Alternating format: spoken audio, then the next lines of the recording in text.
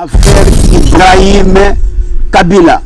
le vrai fils biologique ya Musée. Alors Tomituni, ADN Kabila azako banga ADN pourquoi? Kabila, ce qui vraiment azalaki mwana ya Musée. Batu oyo batelemela Musée batambo mwamba. Pourquoi azalaka na bango? Allez-y comprendre que non, Kabila azalaka mwana ya Musée. Ibrahim Kabila, vrai fils biologique ya Kabila, aye ya Musée aye pona kolobela que non. Bangonde ba vrai bana ya Musée. Bazali ebele pe mingi bakufi ebele. Israël Mutombo.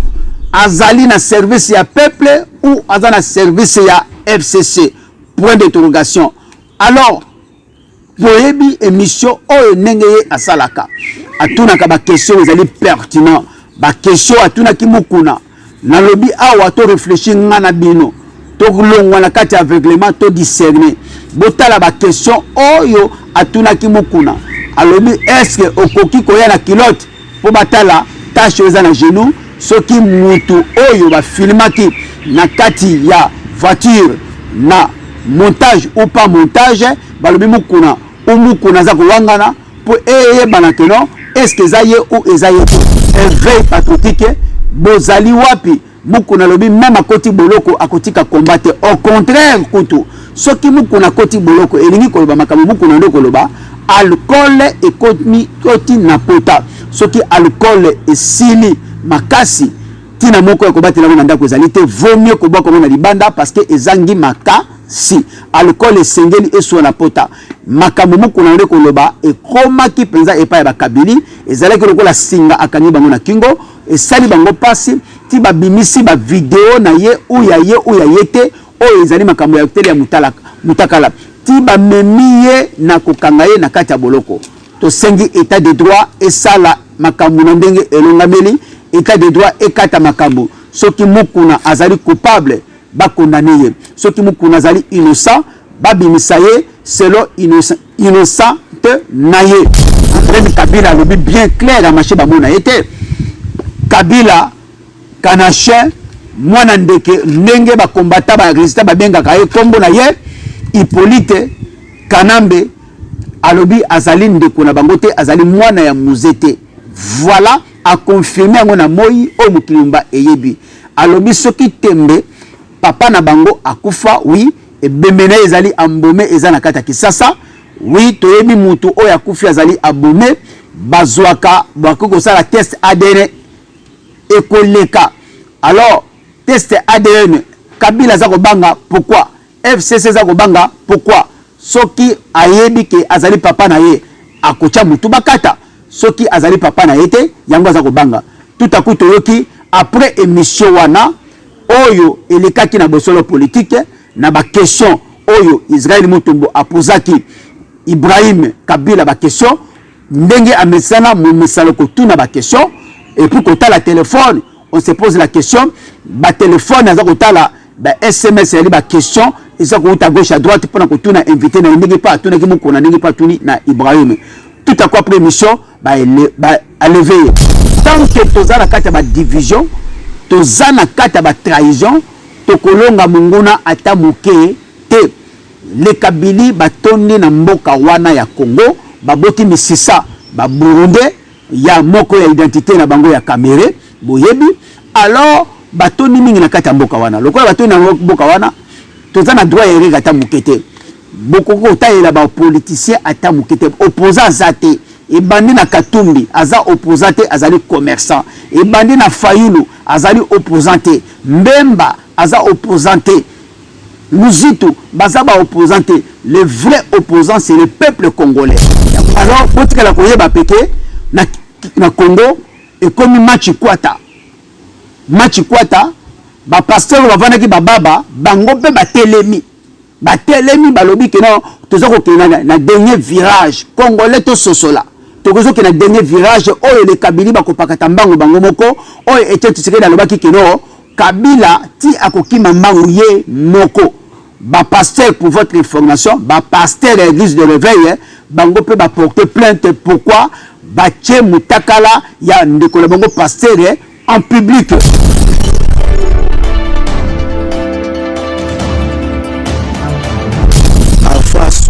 afaso babela bela mwana wa muntu abafuila teleja ibiebe tanga wa messager Galate 4:16 à cause de la vérité on devient l'ennemi. Désormais à partir d'aujourd'hui chaîne Nabino et Fungwami sur YouTube TV au petit Congo Bic et Rouge TV avec votre émission Congo Évangile à marche. Objectif est dénoncer tous les antivaleurs et changement de mentalité. Mais c'est très dangereux. Tata Nandako, moi c'est qu'il y a mon côté 4 ans. Akoyaka kuna. Okoyaka ko tuna ete uti wapi balobi na yo nini uzai ko sa te. Dai bazaki sukulaye po milimo ya mabelungwa. Engai mobali na yo ko sukula ngai to bele yi. 51 ans ya indépendance.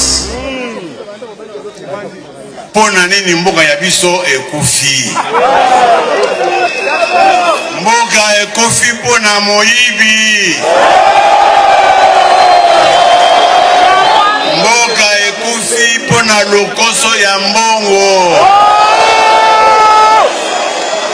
Mboka ekufi pona corruption. Moko na bino akumitu na lobi ndenge nini tokobikisa mboka Congo mpo tobikisa mboka Congo il faut eloko moko il faut bolingo ya Congo il faut bolingo ya ndeko na yo congolais massivement sur votre chaîne Congo Bic et Rouge TV. Abonnez-vous massivement sur votre chaîne Congo Bic et Rouge TV.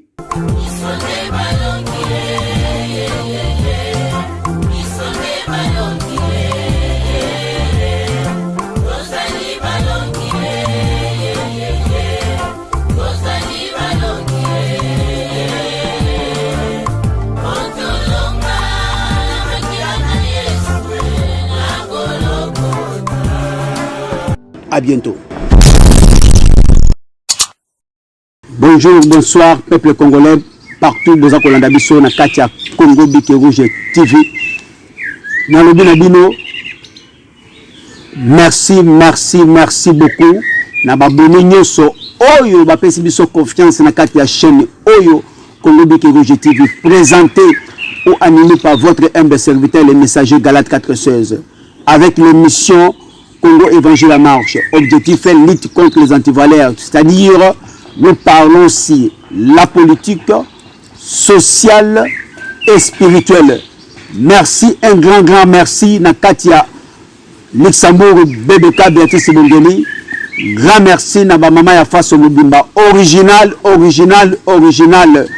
Grand merci na la grande dame oyo babengi na kombo ya l'impératrice sédoise Mamidje. Grand merci na Molanga Christine Kongolo, sans oublier Mama Kitalatala opona la bonne part au mukili ekoboto la yote batata ba mama bandeko boyebi oyo eza na kati actualité to yeli bino lisusu affaire Ibrahim Kabila, le vrai fils biologique ya Musée. Alors to mituni ADN Kabila azako banga ADN pourquoi Kabila soki vraiment azalaki mwana ya Musée batu oyo batelemela Musée batambo mwamba pourquoi azalaka na bango allez-y comprendre que non Kabila azalaka mwana ya Musée te soki alobi ki azali mwana ya Musée pourquoi azali ko banga test ADN yango mutu kokata makambo.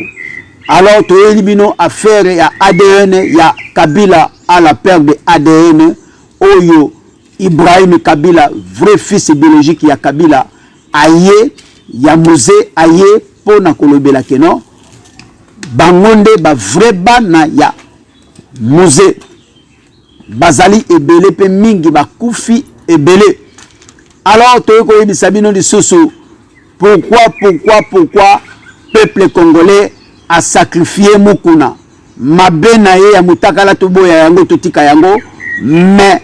oyo etali éveil patriotique yango nde tozwa peuple congolais a sacrifié mukuna. Pourquoi mais mama ya makambo FCC ekangi mukuna mais mutu mususu ya éveil patriotique abemi na kombo ya Ibrahim Mouze mwana ya Mouze yango aye koningisa lisusu tremblement de la terre ekomi na kata Kisasa boyokaki balekaki na émission ya Bosolo politique. Alors naye kobete sous cette pas na koloba est-ce que ndeko na biso oyo babengi Israël Mutombo azali na service ya peuple ou azali na service ya FCC? Point d'interrogation. Alors boyebi émission oyo ndenge ye asalaka atunaka ba question ezali pertinent ba question atunaki mukuna nalobi awa to réfléchir ngana bino to longwa na kati aveuglement to discerner botala ba question oyo atunaki mukuna alobi est-ce que okoki koya na kilote po batala tâche eza na genou soki mutu oyo ba filmaki na kati ya voiture na montage ou pas montage balobi mukuna ou mukuna za kowangana po eyebana ke non est-ce que eza ye ou eza ye te mukuna yebisaki oyo babengi Israël Mutombo na Bosolo politique alobi ke non nazali kobanga ke non ba contacter yo tikala ferme parce que tentation ezali pembeni. Tentation eza nini? Parce que Israël Mutombo aza kosala publicité ya koloba ke non nazali na projet moko ezali ya monene ezo senga ba maboko botia maboko et puis abetaki c'est alobi ke mutuka na ye esalaki accident mais mama Olive Lembe oyo babengi Jezabel babengi mama Kunda Bibembe oyo ya mona na kaka tangu batu bakufi nde aleki babengi social mais social ya quand 18 ans social ya Olive Lembe to mona ki ngote azalaki na pouvoir basala eloko moko te. Alors Israël Mutombo alobi ke voilà atindaki par na ye asengaki grand merci to mituni sikoyo tangu yo oza ko senga oza ko belela elakisi ba donateur bakoya ba donateur ya bonne foi bakozala na ya mauvaise foi bakozala o bakoya pour façon po ba bimisa na kata vérité ba orienter selon volonté na bango selon mission na bango. Alors tout en coup boyokaki ba question atunaki mukuna atuni mukuna papa sima mikolo bakangi mukuna na oyo toyebi affaire mutakala affaire bolumbu mais mukuna azana kata boloko peuple congolais bozali wapi bino oyo bolelaki éveil patriotique bozali wapi mukuna lobi même akoti boloko akotika combattre au contraire kutu soki mukuna koti boloko elingi koloba makambo mukuna ndo koloba alcool ekoti na pota soki alcool esili makasi tina moko ya kobatela na ndako ezali te vaut mieux ko boka na libanda parce que ezangi makasi alcool esengeli eso na pota makambo moko na ndeko loba ekomaki penza epa ya bakabili ezalaki lokola singa akani bango na kingo esali bango pasi ti babimisi ba video na ye ou ya yete o ezali makambo ya tele ya mutakala ti ba memiye na kokanga ye na kati ya boloko to sengi état de droit esala makambo na ndenge elongameli état de droit ekata makambo soki mukuna azali coupable ba condamné ye soki mukuna azali innocent ba bimisa ye selon innocent na ye. Alors to ko bisabino boyeke ndeko oyo babengi Israël Mutombo est-ce que azali na service à l'Ekabili? Point d'interrogation. Est-ce que ba question ninge atunela kawana? C'est vrai, journaliste atunaka ba question pour aye ba vérité wana mutu éclaircir opinion mais chose curieuse tango atunaka ba question atalaka oyo babengi téléphone na ye tango azotala téléphone ezalaka ba SMS oyo batindelaka ye par rapport à invité oyo a invité bango na plateau na ye pour tuna ba question na est-ce que ba question wana ezalaka question piège oyo lobby ekoyeba na kozala suivi ya mbeba ya mutu oyo azalaki invité na kati ya plateau na ye point d'interrogation ezo senga nga na bino ba congolais tozala éveillé miso na biso efungwama na oyo etali ndeko Israël mu tombo toye koloba kaka de façon que no tozala éveillé balo elongo wana elongo affaire mukuna ayambaki oyo babengi le fils biologique ya Kabila oyo babengi na komba Ibrahim Kabila lobi bien clair à marché bamona été Kabila Kanache mwana ndeke ndenge ba combattant ba résistant babenga kaye kombo na ye Hippolyte Kanambe alobi azali ndeko na bango te azali mwana ya muzete voilà a confirmer ngo na moi o mukilumba eyebi alobi soki tembe papa na bango akufa oui et bemena ezali ambome ezana kata kisasa oui toyebi mutu o yakufi azali abome bazwaka bakoko sala test ADN ekoleka alors test ADN Kabila za kobanga pourquoi FCC za kobanga pourquoi soki ayebi ke azali papa na ye akocha mutu bakata soki azali papa na ye te yango za kobanga tout à coup toyoki après émission wana oyo elekaki na bosolo politique na ba question oyo Israël Mutombo apozaki Ibrahim Kabila ba question ndenge amesana mu misalo ko tuna ba question et puis quand la téléphone on se pose la question ba téléphone aza kotala ba SMS ali ba question isa ko à gauche à droite pour na ko tuna invité na ndenge pas tuna ki mukona ndenge pas tuni na Ibrahim tout à quoi après émission ba lever après quoi lever tomoni asali vidéo et c'est na ba Facebook na ba YouTube ba lobi que non ba libérer a félicité état de droit oyo ezana tamboka fatité mais état de droit mutu ekokata makambo na innocent et la question liberté d'expression oyo nyonso zali ya mabe esengeli te dénoncer yango pour la restauration ya Congo ya lobby batikiye et la question lokola batikiye yepe a telemi na éveil patriotique ya ko réveiller peuple congolais oyo azana kati ya sentiment peuple congolais malgré éveil patriotique ya mukuna malgré éveil patriotique ya ndeko na biso mususu oyo na batu ebele baza ko loba éveil patriotique mais et pas le peuple congolais aza lokola makelele ya wenze oyo batu baza ko belela na tongo mboto yango po etekama mais grande surprise tant tozo koma na pokwa mboto ezotekama te ebangisaka batu parce que mboto ekozonga oyo ekopola surtout mboto ya moto moko eza lokola peuple congolais 9% sur 10 tozali ndenge wana makelele ya wezeme toagisaka te soki ekomi réaction eloko moko esali makelele te elakisi même otelemi mpo obundela peuple congolais soki ekomi tangu makambo ekotelemela yo peuple congolais azongaka nsima azali le seul peuple na monde oyo asacrifiaka mutu oyo atelemi mpona kobundela ye wana ezali malade ya peuple congolais mpe barwandais bakomprena yango bayebi faiblesse ya peuple congolais bayebi congolais azali traître bayebi congolais azali corrompu bayebi congolais akosaka lolenge apemaka ilma comme il respire bayebi congolais azali mutu ya haine azali mutu ya division azali mutu ya likundu likunya oyo babengi la jalousie oui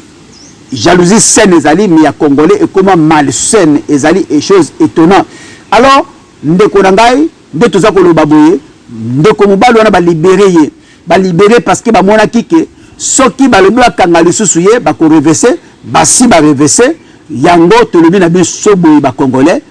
to se réveiller partout bipa tozali comme un seul homme uni tolongwa na batrahison tolongwa na baséparation tolongwa na badivision nde tozala uni mpo na Congo oyo tant que tozala kati ya badivision tozana kati ya batrahison tokolonga monguna ata moke te le Kabili batondi na mboka wana ya Congo baboti misisa baburundais ya moko ya identité na bango ya Kamere boyebi alors batondi mingi na kati ya mboka wana lokola batondi na mboka wana tozana droit ya erega ata moke te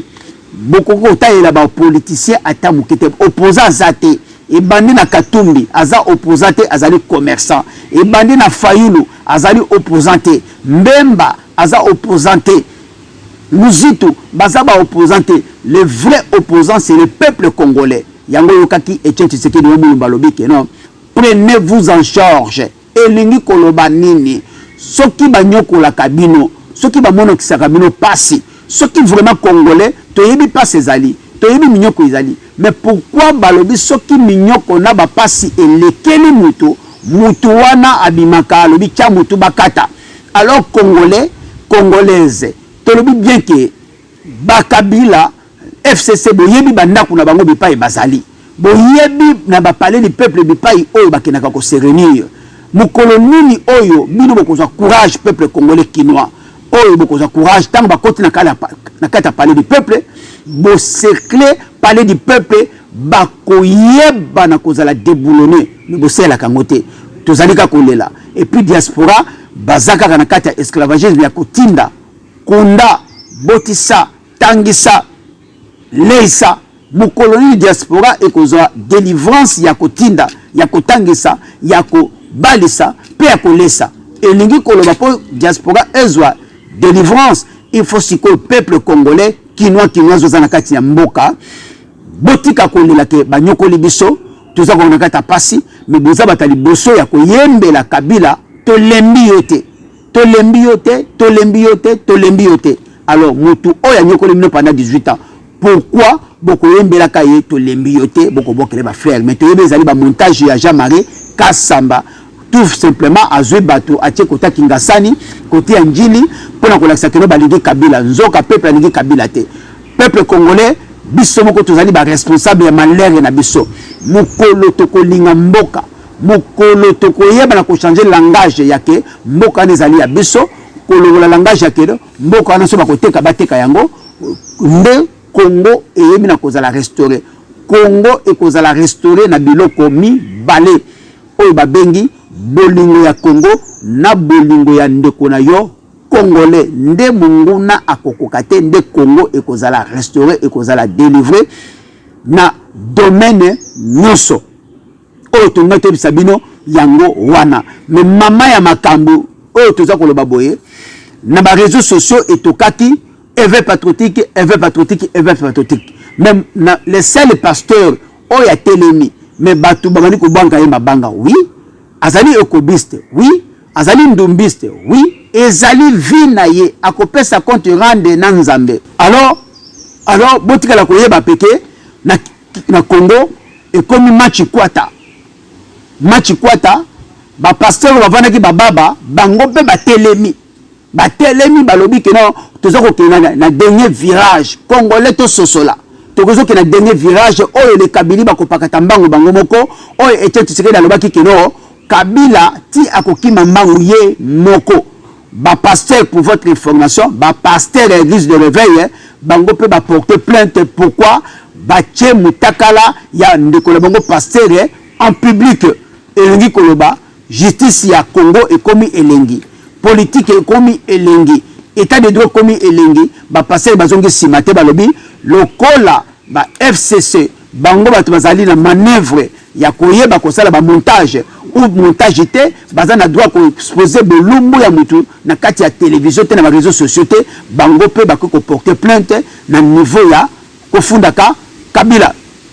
bakofunda FCC bakofunda bato manœuvre nyonso twana elingi koloba ke bazala ini soki batelemi ya solo mais toyebi ke soki ndoki abongoli motema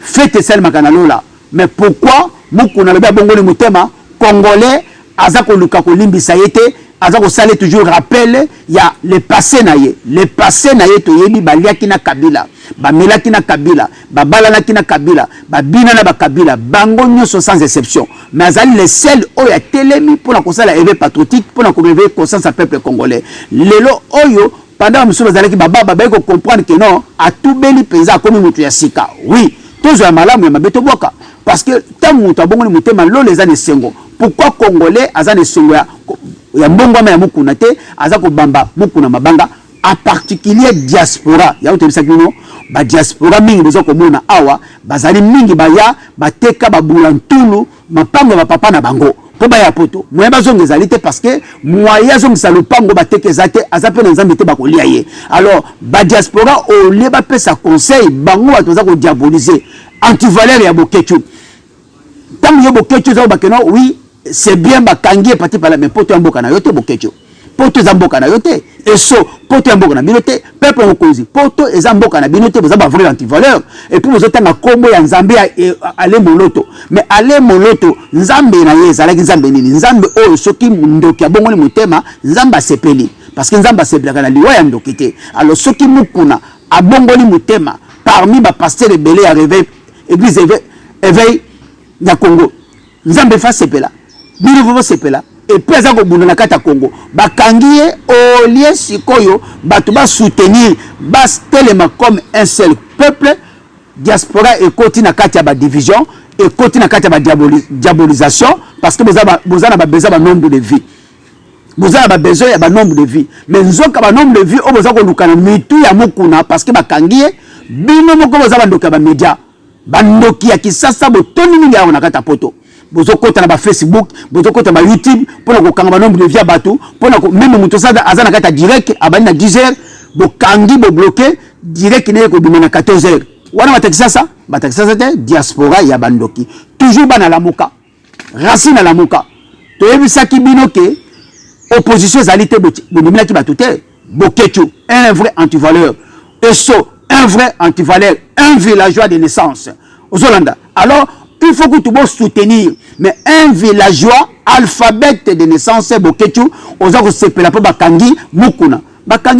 na kisasa azako bundela mabele wana az telemi éveil patriotique yo pendant ozako lia mbongo ya Sokoko mais Sokoko qui est derrière Sokoko c'est pas Kabila bandoki ya moi bazali plus dangereux que les bandoki ya Butu et lui koloba ozana service à Kabila ça le savoir bokechu ça le savoir eso ça le savoir le peuple mokonzi botele mini mate fayulu aya esu na potote tongito tu na bino boza ni chaud ni froid finalement boza na position nini bo cotiser na potote cotisation na bino comme na Facebook mais mundele abota mina poto a cotiser pendant 40 ans retraite na ye eza na ndenge elonga mérité bongo yonde kasi tango zako obimisi makasi na Facebook o cotisate yo kasi Facebook ne mutoko sala ou YouTube mutoko sala retraite na bozo tonga na zelo même temps ba ko calculer eloko mon côté il est temps ya ko soutenir ba o nyos baza ko telema pona éveil patriotique pona libération ya Congo pona ba tivaleur baleka mwana mboka za la tête à pays et la kisike ba tivaleur fa tambola ba kende état de droit ezala restaurer pour ekanga ba criminel surtout ya peuple congolais alors boko lekate pour bomela ba champagne bo bamba muku na mabanga mais lelo e baningane ba pasteur wana to yebi bazali ba kobiste to yebi bazali ba magicien to yebi bazali ba ndoki to yebi bazali ba nganga wana to yebi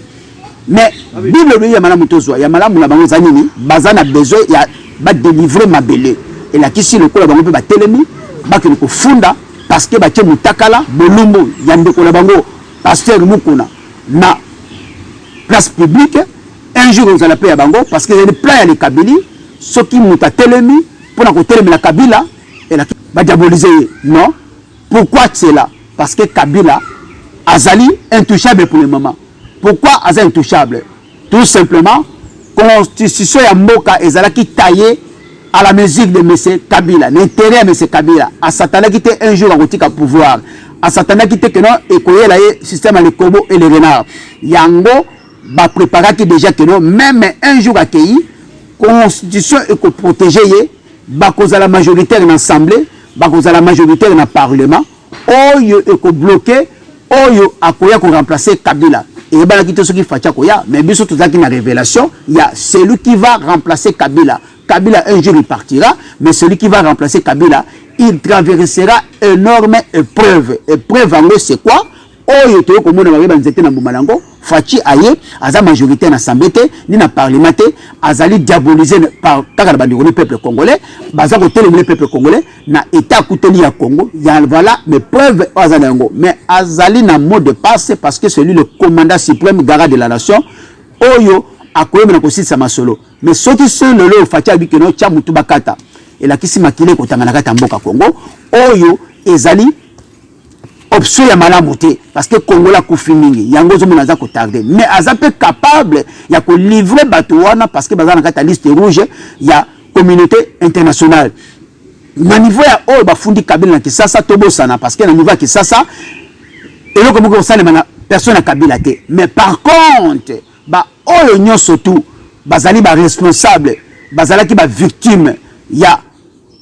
massacre ya ba kamwena sampu yumbi buja Congo na ba oyo nyonso te ba famille na bango ya régime oyo bango wana nde bako consulter ba dossier na bango ba yebi na kotinda yango na niveau ya international pour ba déclencher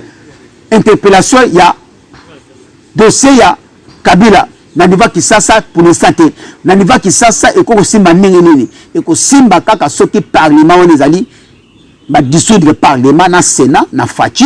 ndesima ba yebi na koyeba na ko voter ba loi ya sika na ba parlementaire ya sika parce que ba parlementaire wana o bazana kati ya parlement bazali ya Kabila na majorité ya FCC y compris na Sénat. Alors moyen ba dissoudre yango pour l'instant exacté moyen ba changer loi exacté il faut protéger Kabila. Mais le seul moyen ici de secours ezali ceux qui fati à l'bitia mutu bakata ba dissoudre parlement na Sénat nde Kabila zali tomber par rapport vote ya sika oyo koya na ba loi oyo koya ba modifier yango ba parlementaire ba voter ba checker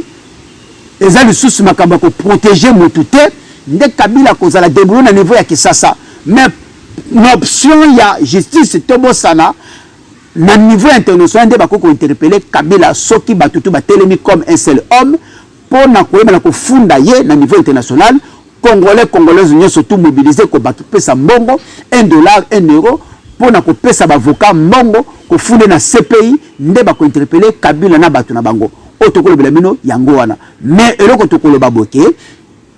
ba onyo ba hotel pour na éveil patriotique, bazali batu otoko soutenir bango à 100% parce que ezali intérêt général au bazako loka. Ole ya koyeba na ko bamba bango mabanga, ole ya koyeba na ko lembisa bango ko zokisa bango sima. Et ningi koloba soki bozo sala ba biloko wana bozaka kana service ya le Kabili bozana lubana ya lamuka bozana nukolia mbongo ya Kabila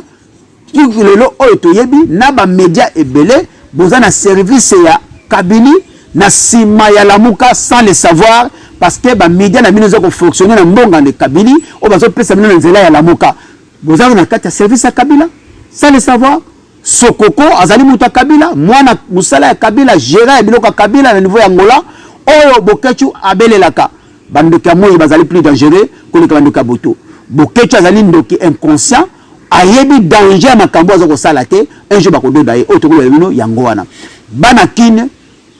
toyebi passe ezali toyebi bolelaka minyoko mais soki lisasi moko ebeti batutu bakimi mbango nzoka. Il y a la part de Dieu et la part des hommes. Nzamba sala qui parle na ye ya koyeba na kobimisa bana Israël na Égypte. Et comment dit-ce que la part de l'homme Moïse pour na komema bango na destination ya Cana. Mais bango moko ba kufaki ebele na désert suite à comportement na bango ezama kamozo le kanaka ta Congo. Voilà le kola boko sosolate et kozala nengo wala banyoka bakole ebele mingi bakomona Cana bakokota te. Mingi bakomona délivrance à Congo bako sepele na délivrance à Congo te parce que etamboli na biso ezali mabe jusqu'à présent tolingi Congo te yango munguna azako kote la biso kaka na motema na biso mabe na division na biso yango moto resire ezate. Un peuple uni c'est la victoire, un peuple uni c'est la délivrance, un peuple uni c'est l'économie en marche, un peuple uni c'est la paix totale. Alors, tous à unité. Même aux paix, tous à unité. Même tous à la délivrer, tous à unité. Même économie et comata, tous à unité. Voilà un pays petit, pays comme Rwanda, où on a bien un PC, comme ici Congolais, Moumbu, na propre sol naie. Pourquoi? Parce que Bondo Kimutu et l'équipe Congolais Mingi. Parce que ce mutazali ndoki na butu na moya za su mayele te po mayele nyo surtout azo sela na butu na moya zali zoba kizengi chijingi shilowa oto sabino yango wana. Merci to koyebi sabino boyeke histoire ya Congo ezali très spirituelle oyo fo boyeba yango. Alors courage na Ibrahim Kabila oya telemi malgré nous qu'on a dans la prison, nous sommes à Télémi pour nous télémi Valérie à la Moka. Mais Kabila ko sarana batute, Kabila ko nyoko la batute, Tout que nous zonga Kabila aya ndenge Congolais, pourquoi tu as bayuma boy? Pourquoi tu as bambendre? Pourquoi tu as batoro? Pourquoi tu as bangaya? Mawatro Kabila aye asaka na biso banyokoli biso mais tozo kokoka ko benga na bangote. Mais je trouve normal les choses anormales. Kaka batrouana parce qu'on a de façon ba déboulonner ka régime oyo. Ti basangani po ba lokaso ba déboulonner Jamal Kabunda oya IDPS parce que alinga ba no contrôler misolobone bimaka na Sénat na parlement oyo ezali dépenses inutiles pendant que peuple aza konyokama mais basaleli likopa parce que baza majoritaire po ba loka ba déboulonner yango to sengi na chef de l'état garant de la nation mot de passe ozana mot de passe ya ko mettre fin na makambo oyo trop c'est trop olobaki yo moko oyo ya kotia bakal oyo kokutana na nzela na yo pote acho bakal po peuple atu na yo lobby bilan na yo nini kombo ne bique rouge le président monsieur le président son excellence nous attendons ce bique rouge et ça la musala peuple congolais sepela bateau na bazala déboulonner merci restez scotchés likez abonnez-vous massivement partagez émission Banana Nzambe chaîne Oyo ezali Congo Bique Rouge TV la corruption pour tous y compris moi-même je ne suis pas inscrit et Ningi Koloba objectif lutte contre les antivaleurs changement de mentalité ceux qui veulent soutenir nana ko soutenir ceux qui veulent sundoli et la kisi ba chaîne antivaleur et ko seka bino bandoki bazali soudé bazana bolingo mais bino Banana Nzambe kombo ya Nzambe na monoko mais na mutema hypocrisie alors bon la kisa bolingo na bino na kati ya chaîne oyo eza na kati ya service na bino ya malamu na ngabo soa ya mamebo bwaka nazana besoin ba critique na bino pour avancer nazana besoin ba conseil na bino pour avancer Nzambe na lola abomba abatela bino tokomi na bino mbala sima na deuxième numéro merci au revoir et à bientôt.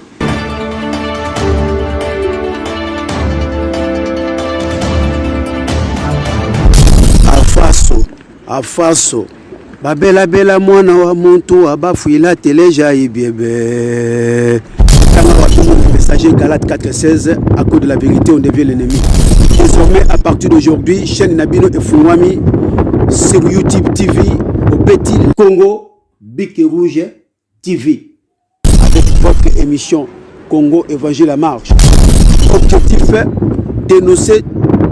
tous les antivaleurs et changements de mentalité. Na boy motasambe na nzambe te mais banzambe yo ndenge na zeko limbola binwa c'est très dangereux tata ndako mwasa keye moko te 4 ans akoyaka kuna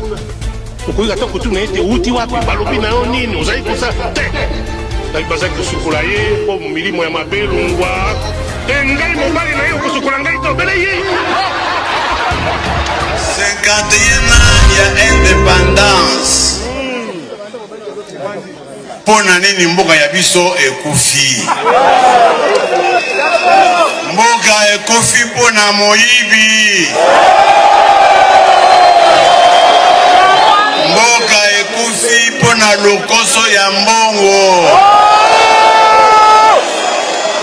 Mboka ekufi pona corruption. Moko na bino akumitu na lobi ndenge nini tokobikisa mboka Congo mpo tobikisa mboka Congo il faut eloko moko il faut bolingo ya Congo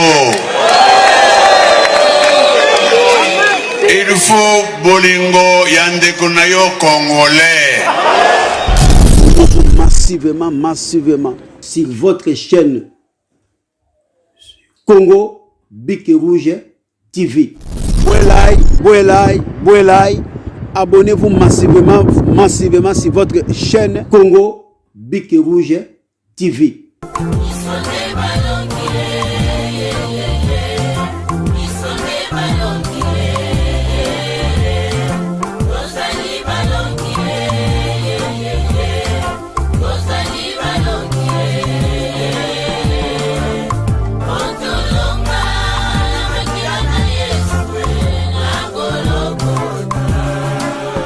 À bientôt.